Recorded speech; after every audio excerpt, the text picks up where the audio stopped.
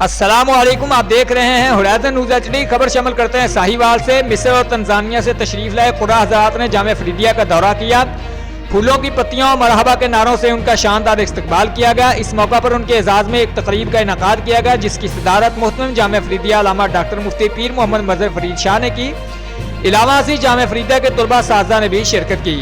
इस तकरीब में उन्होंने शानदार अंदाज में हुस्न क़िराअत का मुजाहरा किया। कारी इस्लाम फिक्री आफ मिस्र ने तिलावत करके मजमा से खूब दाद वसूल की और तलबा के जज्बा ईमानी को गरमाया।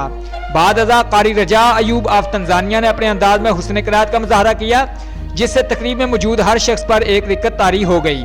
अजीब समा था और कैफियत दीदनी थी। कोई भी शख्स दाद दिए बगैर ना रह सका।